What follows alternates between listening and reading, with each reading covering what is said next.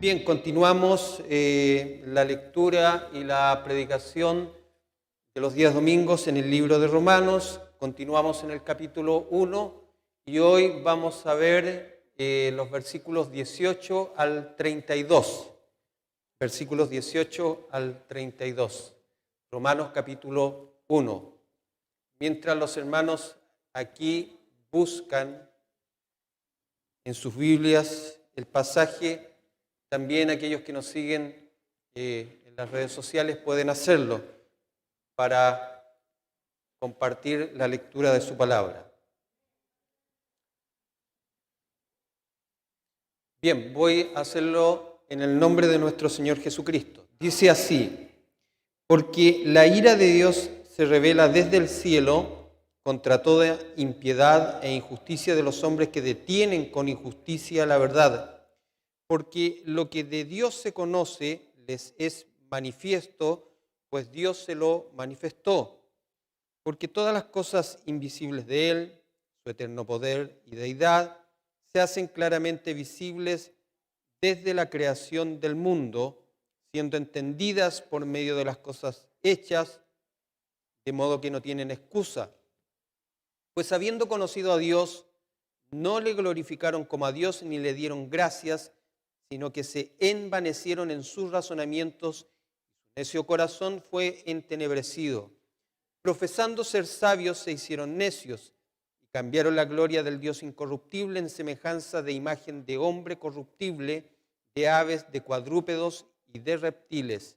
Por lo cual también Dios los entregó a la inmundicia en las concupiscencias de sus corazones, de modo que deshonraron entre sí sus propios cuerpos, ya que cambiaron la verdad de Dios por la mentira, honrando y dando culto a las criaturas antes que al Creador, el cual es bendito por los siglos. Amén. Por esto Dios los entregó a pasiones vergonzosas, pues aún sus mujeres cambiaron el uso natural por el que es contra naturaleza.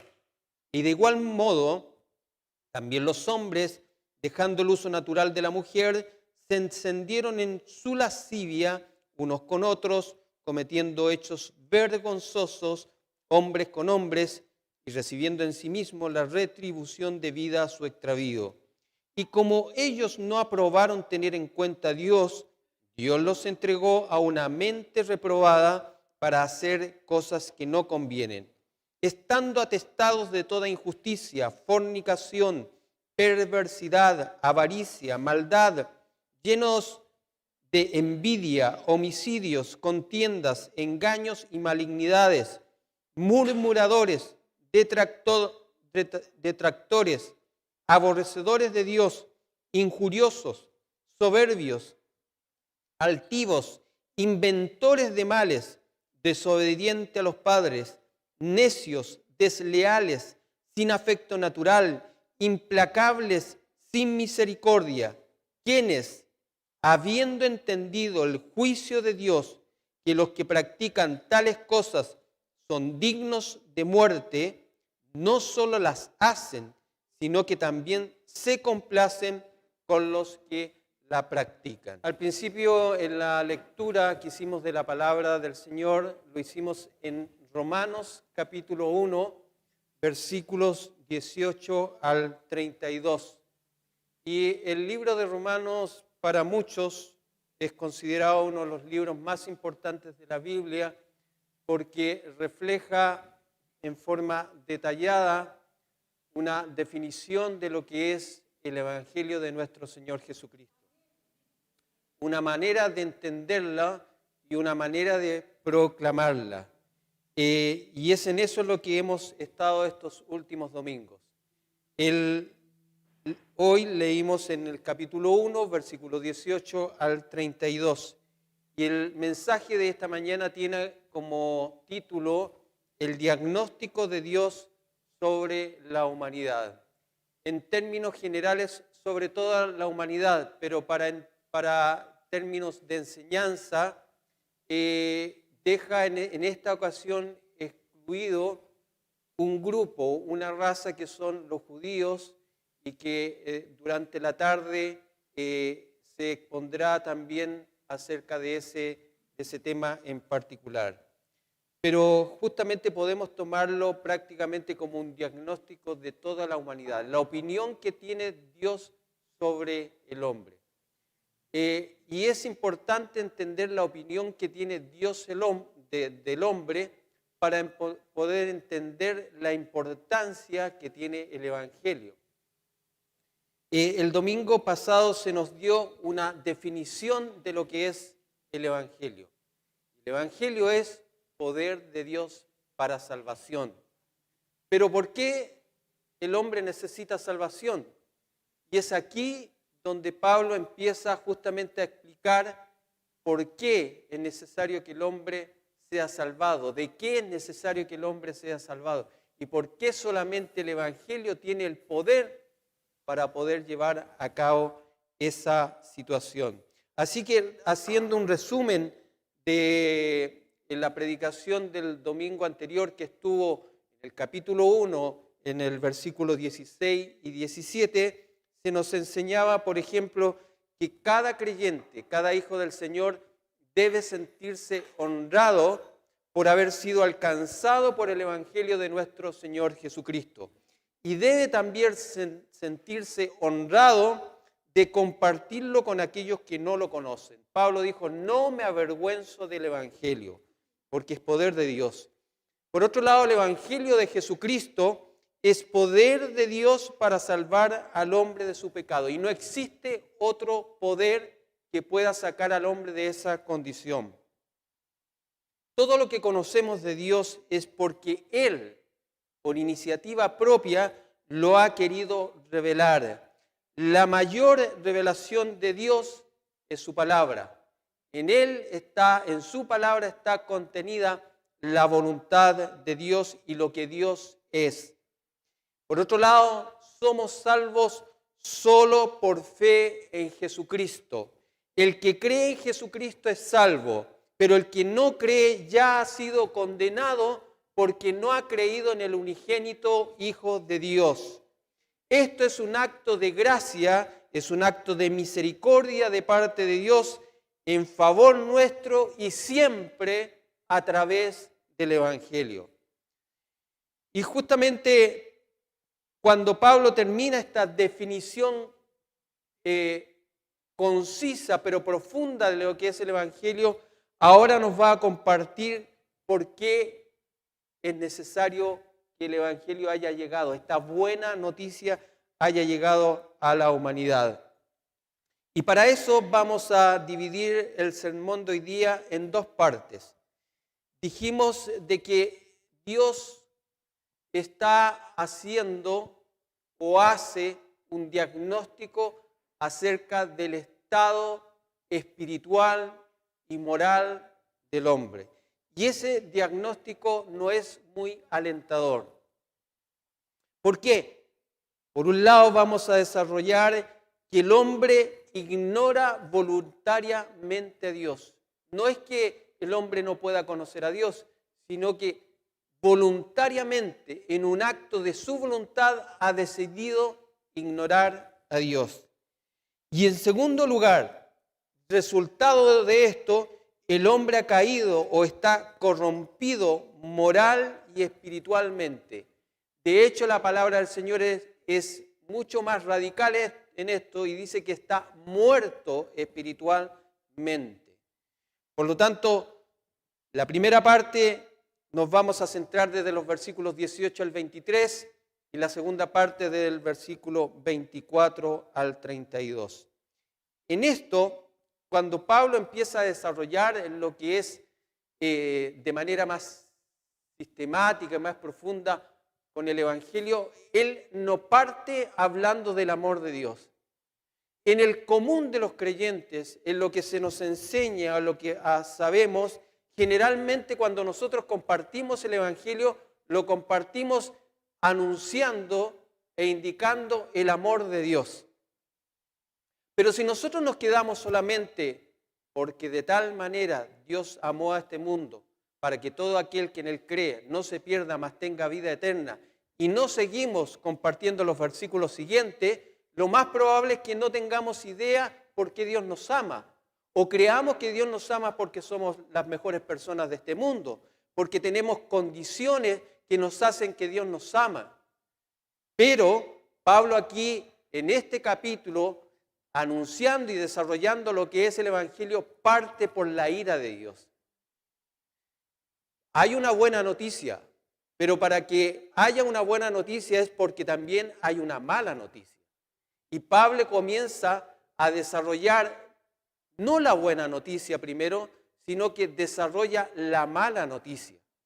¿Y cuál es la mala noticia? Que la ira de Dios, dice, porque la ira de Dios se revela desde el cielo contra toda impiedad e injusticia de los hombres que detienen con injusticia la verdad. Este diagnóstico de la humanidad que Pablo compartió con la iglesia de Roma hace aproximadamente 2000 años atrás es siempre presente, es atemporal. No se refiere a el hombre en la antigüedad, en sus orígenes, sino que se refiere a la condición del hombre en toda época, en toda generación, en toda raza y en toda cultura. Es un diagnóstico universal. Es como era el hombre en el pasado, como lo es hoy en día y como lo será en el futuro hasta que Cristo venga por su iglesia. Así que nadie se escapa de este diagnóstico. Y por lo tanto es aquí donde Pablo comienza con la primera parte de su carta, la cual justamente trata de la condición, del estado en que se encuentra. Es como que el Señor fuera un doctor especialista y el hombre asistiera a la consulta de este doctor. Y este doctor le va a dar un diagnóstico a este hombre. Si nosotros no conocemos el diagnóstico, es muy probable que no sepamos cómo abordarlo. Es como cuando alguien presiente quizás que tiene una enfermedad grave por los síntomas que tiene y no quiere acudir al médico para no saber la noticia desagradable. Pero ¿qué va a ocurrir? Que esa enfermedad que es terminal, tarde o temprano, va a acabar con la vida de él. Por lo tanto, lo más sensato es acudir, saber el diagnóstico para justamente tener un tratamiento que evite un diagnóstico fatal. Es en esa situación que Dios y el hombre se encuentran. Por lo tanto, desde este versículo hasta el capítulo 3, versículo 20, vamos a ver un diagnóstico profundo y detallado de la condición del hombre. Nos van a hacer exámenes de sangre, nos van a tomar radiografías, nos van a tomar el pulso, nos van a ver una serie de cosas, nos van a mandar a cada momento a sacarnos algún tipo de exámenes. Y cada vez que el examen esté en manos de este doctor, el diagnóstico va a ser cada vez más desalentador, oscuro y nos vamos a ir quizás deprimiendo. Pero es necesario saberlo para poder tener también esa bendita bendición de que el Evangelio es poder de Dios. Como les decía, desde el versículo 18 de este capítulo 1 hasta el capítulo 3, versículo 20, vamos a ver en esto. Pablo explica en esta situación cómo los hombres han sido atraídos y seducidos por el pecado y cómo, en respuesta a eso, la ira de Dios se manifiesta, se revela en su contra. Esto se describe en pasos históricos desde los inicios del comienzo del hombre, pero son siempre presentes, continuos y permanentes. La condición del hombre no cambia. Todos, en forma absoluta, más o menos hacemos muchas veces y sabemos que estamos haciendo lo que es malo. Y omitimos conscientemente, apagamos la conciencia en forma voluntaria para no hacer lo que es correcto. Por lo que el motivo de la ignorancia, dar como excusa es que yo no sabía que esto es malo, no tiene valor. Habla esto aquí Pablo y está hablando y comienza diciendo algo acerca de la ira de Dios. Y podríamos en el versículo 18 dar una definición de lo que es la ira de Dios. La ira de Dios aparece a través de todas las escrituras en muchas veces, pero es de lo que menos se habla. Es como cuando nosotros evitamos hablar de la muerte. No queremos tocar el tema de la muerte. Y por lo tanto, en términos del carácter y la naturaleza de Dios, siempre preferimos hablar del amor de Dios. Y tenemos el concepto de que Dios es un Dios, un hombre grande, sentado en un trono, con una barba grande, ¿cierto? Y muy bonachón, ¿ya? Que acepta todas nuestras cosas, que nos perdona todas nuestras cosas y que al final nos va a salvar a todo el mundo. Pero el Evangelio y la palabra del Señor hacen algo muy distinto, hablan de la ira de Dios. Y como digo, se nombra en muchas ocasiones. En términos generales, cuando se habla de la ira de Dios, se refiere a la actitud de Dios, a la actividad de Dios, a la respuesta de Dios al pecado humano. Dios no puede pasar por alto la injusticia relacionada con el pecado humano. Y por lo tanto va a ser la ira de Dios una reacción que tiene Dios que es permanente, que responde a que su naturaleza es de un Dios santo, un Dios puro, un Dios justo, soberano, y que responde cuando lo ofenden a Él mediante su carácter moral y cuando alguien quiere quitarle sus derechos reales. Él es el Señor del universo, el creador de todas las cosas y el juez justo. Y el hombre desde el principio, así como Satanás, ha querido quitarle su autoridad. Y Dios reacciona a eso mediante su ira. Él se enoja. Esto incluye el rechazo por parte del ofensor de su persona, de su gobierno y de su voluntad. En ese sentido, debemos entender, por lo tanto, que la ira de Dios siempre se va a revelar. Hay un momento histórico, escatológico, en que la ira de Dios en los últimos tiempos, cuando Cristo venga, ahí se va a desatar definitivamente la ira de Dios sobre todos aquellos que no quisieron arrepentirse. Pero dice la Escritura que mientras tanto hay una forma, una manera en que ahora Dios está manifestando su ira en contra del hombre.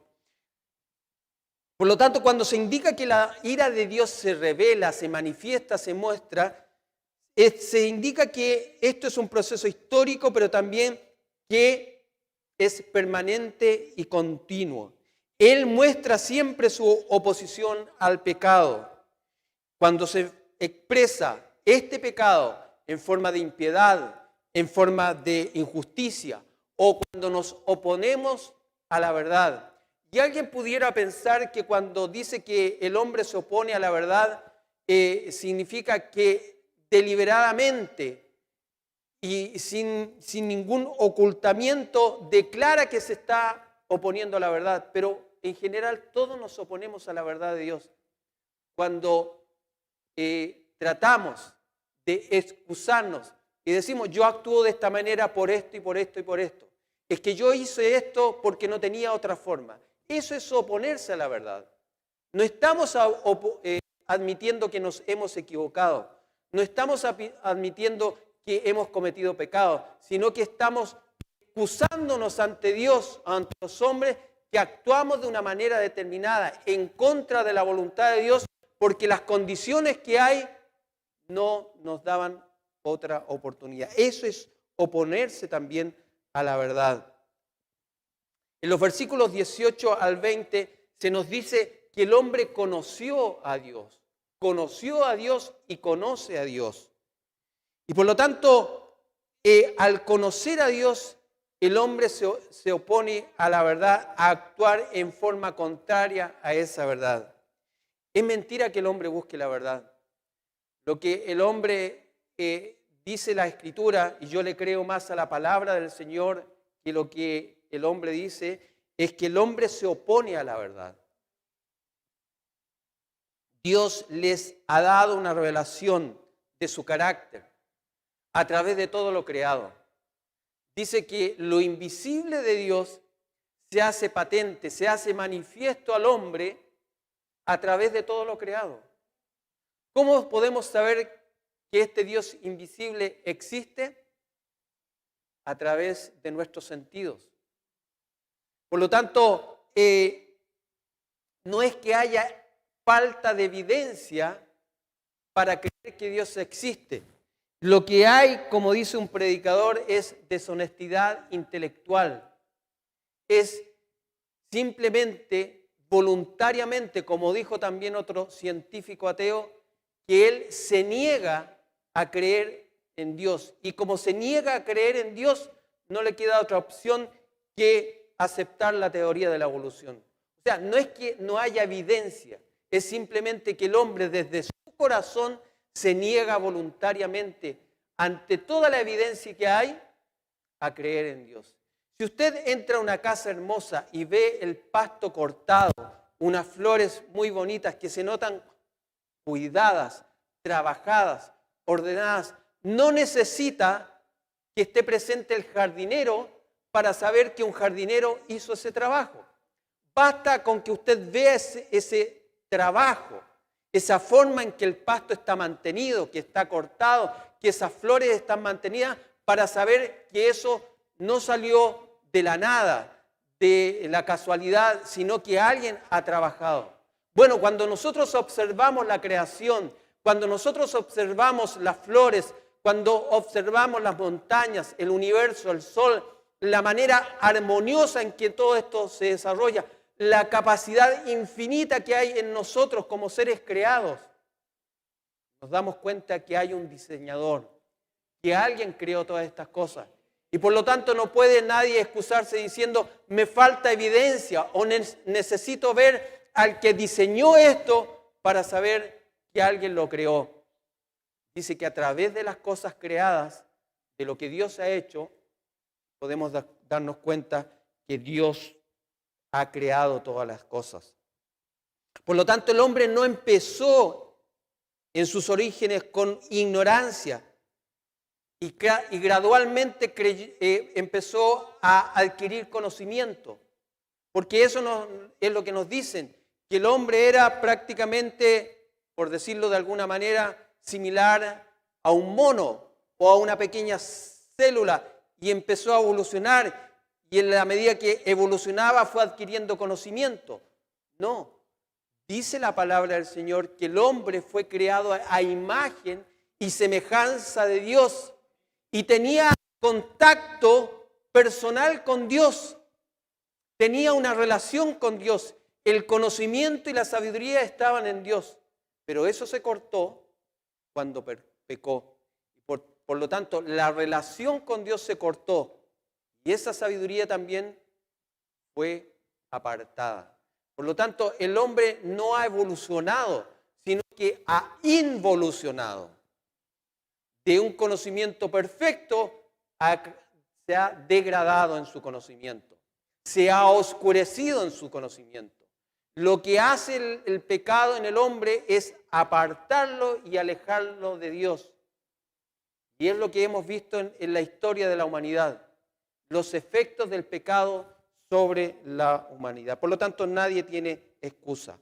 La revelación de Dios es universal, es atemporal, en todo tiempo, en todo lugar. Es nítida, es evidente, es clara. Y esto los teólogos la nombran o la enseñan como la revelación general. O sea, toda la existencia humana tiene acceso a esta revelación, a este conocimiento. Aún la tribu más lejana del mundo, más básica intelectualmente, sabe que existe un Dios creador. Y aunque quizás no tengan acceso todavía al Evangelio, que es la revelación particular, definida para que el hombre alcance salvación, esas tribus, esos lugares que no han conocido al Evangelio, tienen esa revelación general, o sea, a través de las cosas creadas, saben que existe un Dios creador y por lo tanto no tienen excusa para continuar haciendo lo malo. Dice que no le glorificaron como a Dios. Y en ese sentido, los pensamientos vanos, el razonamiento necio en que cayó el hombre, hizo que los hombres se alejaran de la verdad y se volvieran a las mentiras. El hombre naturalmente quiere escuchar mentiras y le agrada escuchar las mentiras. No es que esté luchando por encontrar y buscar la verdad, es que ama y desea la mentira. Es un proceso en degradación, desde lo perfecto a lo imperfecto, de la luz a las tinieblas, de la seguridad a la inseguridad. Ese es el proceso que va tomando el hombre cuando asume y ama su pecado. Y de eso vemos que el hombre de la gratitud, de la comunión, cae a la ingratitud, a la indiferencia con Dios. Es siempre un proceso en caída y esa caída no tiene piso. Y de la ingratitud resulta en ignorancia. La gente de hoy y en todo tiempo prefiere 1000 veces, antes que escuchar la palabra de Dios, que es su verdad y que nos lleva a la vida eterna, a conocer a Dios, prefiere 1000 veces escuchar otro tipo de argumentos, otro tipo de filosofías, otro tipo de creencias. Cuando se nos predicó en Hechos capítulo 17, versículos 29 al 30, cuando Pablo estaba con los filósofos de aquella época, con los intelectuales de aquella época, y cuando Pablo les manifestaba que ellos tenían una estatua, una imagen al Dios no conocido, y Pablo les comienza a explicar y a enseñar acerca de quién es ese Dios no conocido, y que Él les comparte la verdad, ¿qué es lo que ellos hacen? Se ríen, se burlan de Pablo. Por lo tanto, lo que el hombre siempre ha hecho respecto de la verdad es ignorarla. Pablo llama a todo este tipo de filosofía y de conocimiento imaginación de hombre, porque para eso el hombre es infinitamente capaz. Imagina, inventa ídolos, inventa filosofías, inventa caminos, con tal de no obedecer y conocer la verdad. Pablo le llama también tiempos de ignorancia.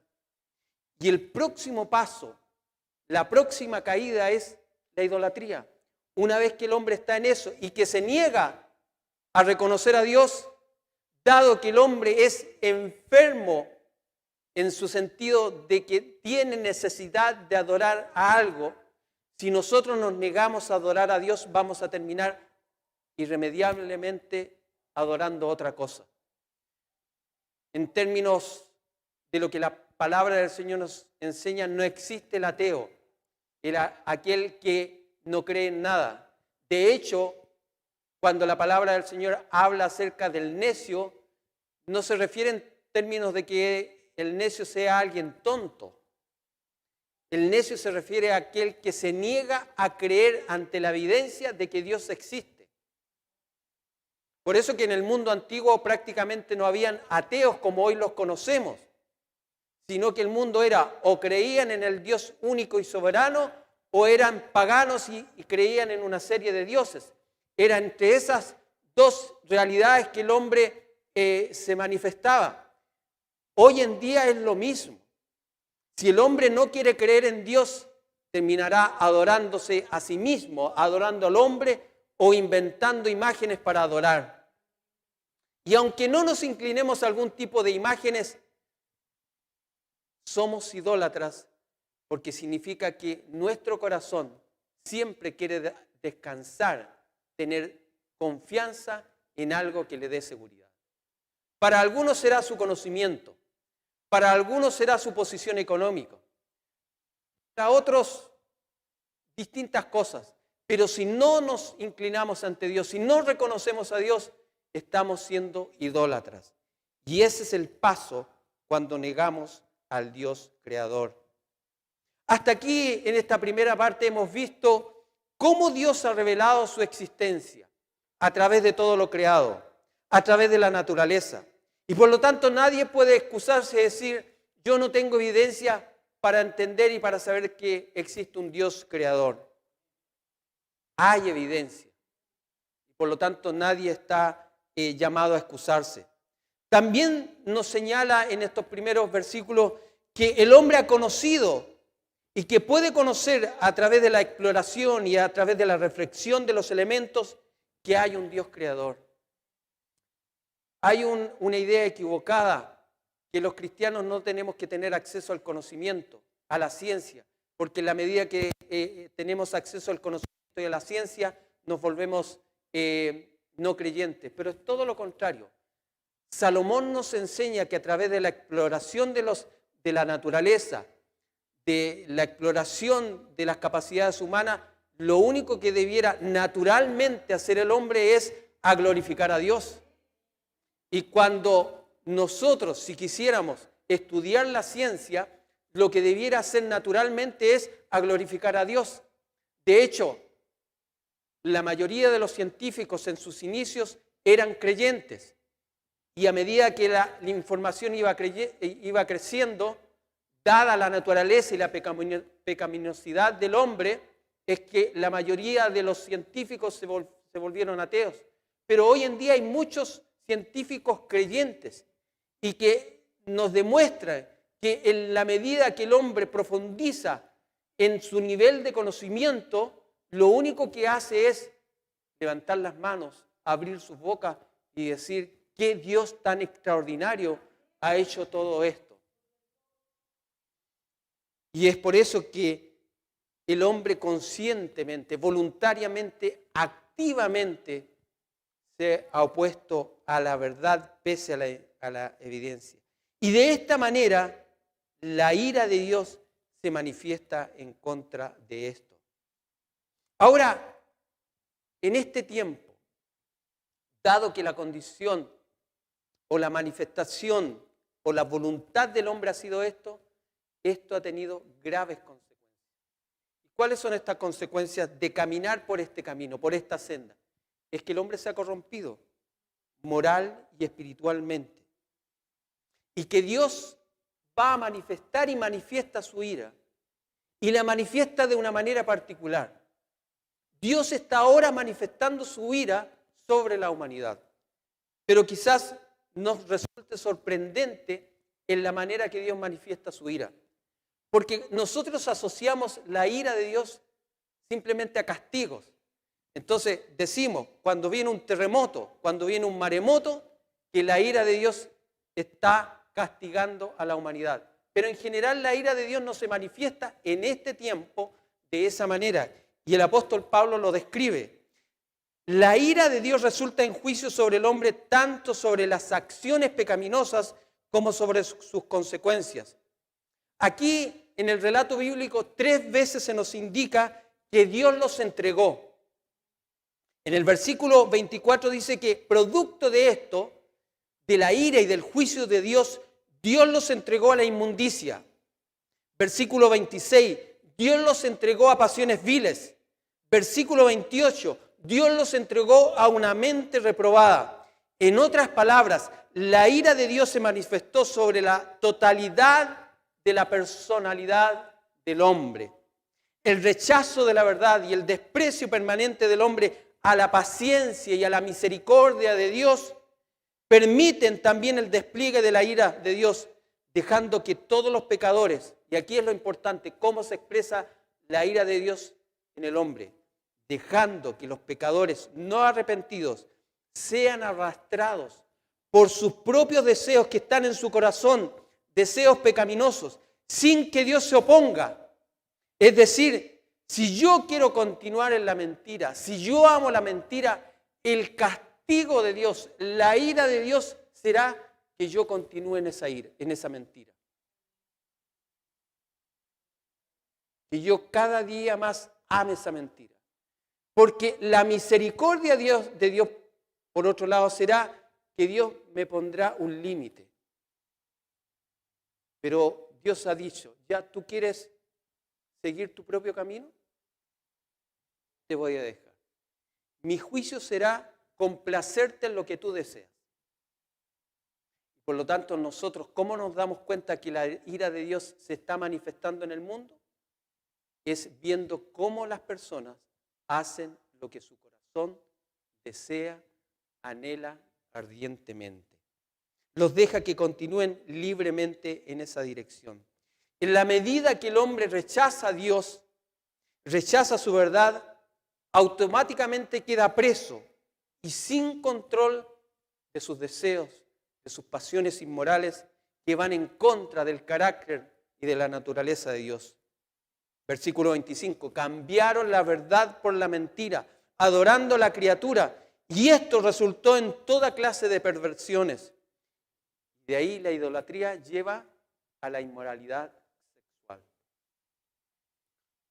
Esto no quiere decir que todos, por ejemplo, tengamos una actitud o inmoralidad sexual de la misma manera. Nos comportamos de distinta manera. Lo que Pablo aquí está describiendo es una serie de situaciones que el hombre manifiesta. Por lo tanto, algunos en su deseo es tan intenso, es tan fuerte, que cambiarán el uso natural de la manifestación de la sexualidad. Y aquí lo que dice es que mujeres con mujeres se juntarán y hombres con hombres se juntarán, cambiando el uso natural que Dios le dio a la sexualidad en el hombre y en la mujer. Eso es fruto de un corazón idolátrico, un corazón que detiene la verdad, un corazón que no busca a Dios. Es esa la manera que la ira de Dios se manifiesta.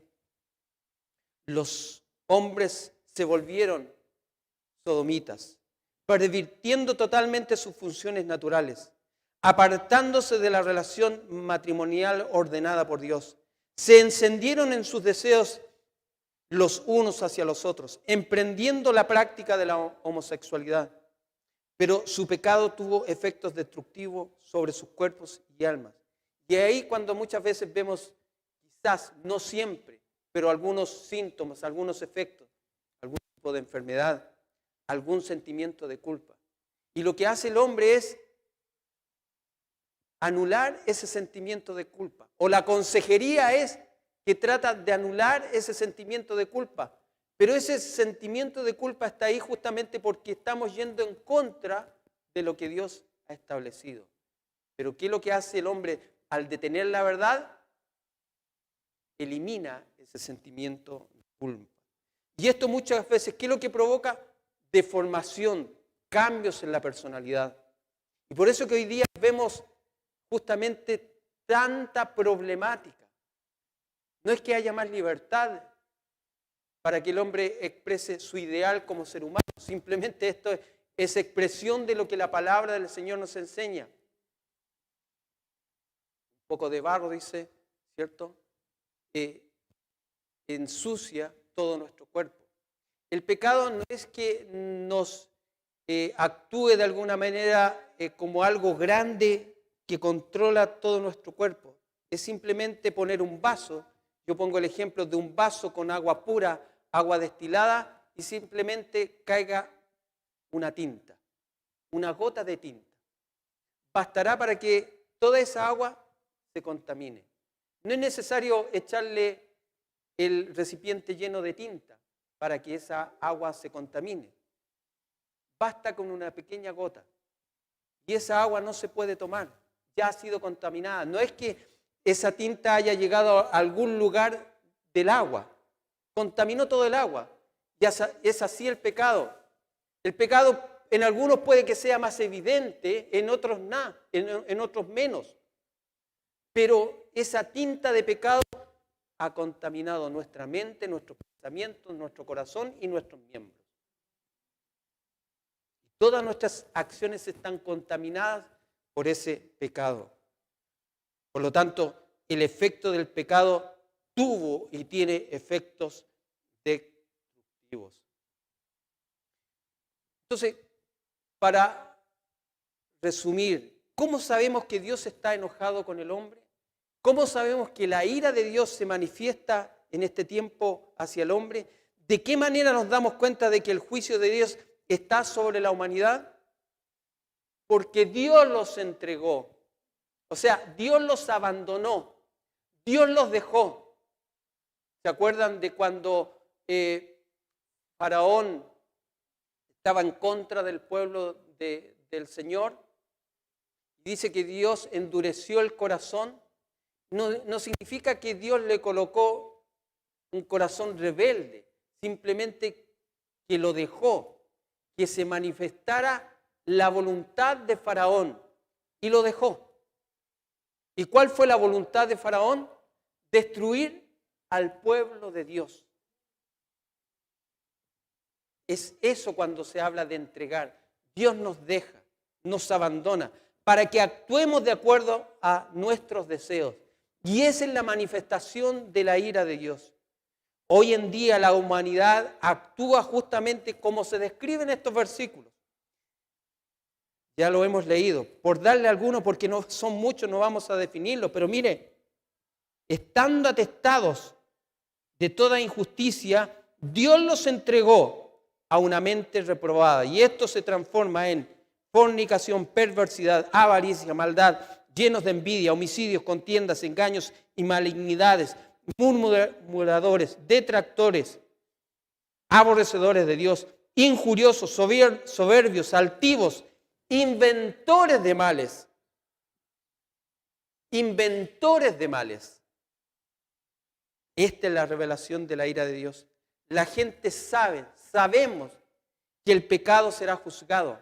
Versículo 32.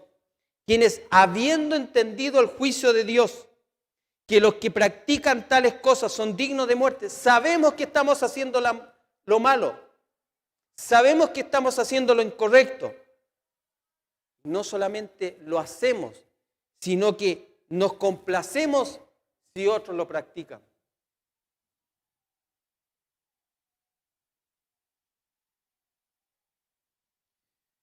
Hemos escuchado la mala noticia. Y cuando escuchamos la mala noticia, es ahora cuando estamos en condiciones de sacar este diamante que es el Evangelio, esta luz en medio de la oscuridad. Es cuando hasta ahora el médico no nos ha dicho, nos ha mostrado un panorama desalentador. Estamos prontos a morir, pero nos dice, mira, tranquilo, porque se ha descubierto un remedio. Yo quiero compartirlo contigo. Y eso es lo que vimos en el versículo 16 y 17. Por eso que Pablo dice, no me avergüenzo del Evangelio, porque frente a esta situación tan dramática, el Evangelio es poder de Dios para salvación a todo aquel que cree. Porque en el Evangelio la justicia de Dios se revela por fe y para fe. La ira de Dios se manifiesta en la injusticia del hombre, pero el Evangelio de Dios, la justicia de Dios, se revela en el Evangelio. A todo aquel que cree. Romanos capítulo 5, versículo 8 y 9. Mas Dios muestra su amor para con nosotros, en que siendo aún pecadores y estando en esta condición, Cristo murió por nosotros. Y ahora, pues mucho más, estando ya justificados en su sangre, por Él seremos salvos ¿de qué? De la ira de Dios. Qué maravillosa noticia. Por eso que surge el Evangelio tan maravilloso. Por eso que es tan importante compartir el Evangelio, no solamente hablando del amor de Dios, sino que hablando acerca de la ira de Dios. Para que una vez que nos encontremos frente a una situación que sabemos que estamos en peligro de muerte, muerte eterna, solamente hay un poder que nos puede sacar de eso. Y es el Evangelio de nuestro Señor Jesucristo. A la tarde vamos a ver otra situación particular acerca de esto. esperemos que todos tengamos la oportunidad de escuchar también esa bendita enseñanza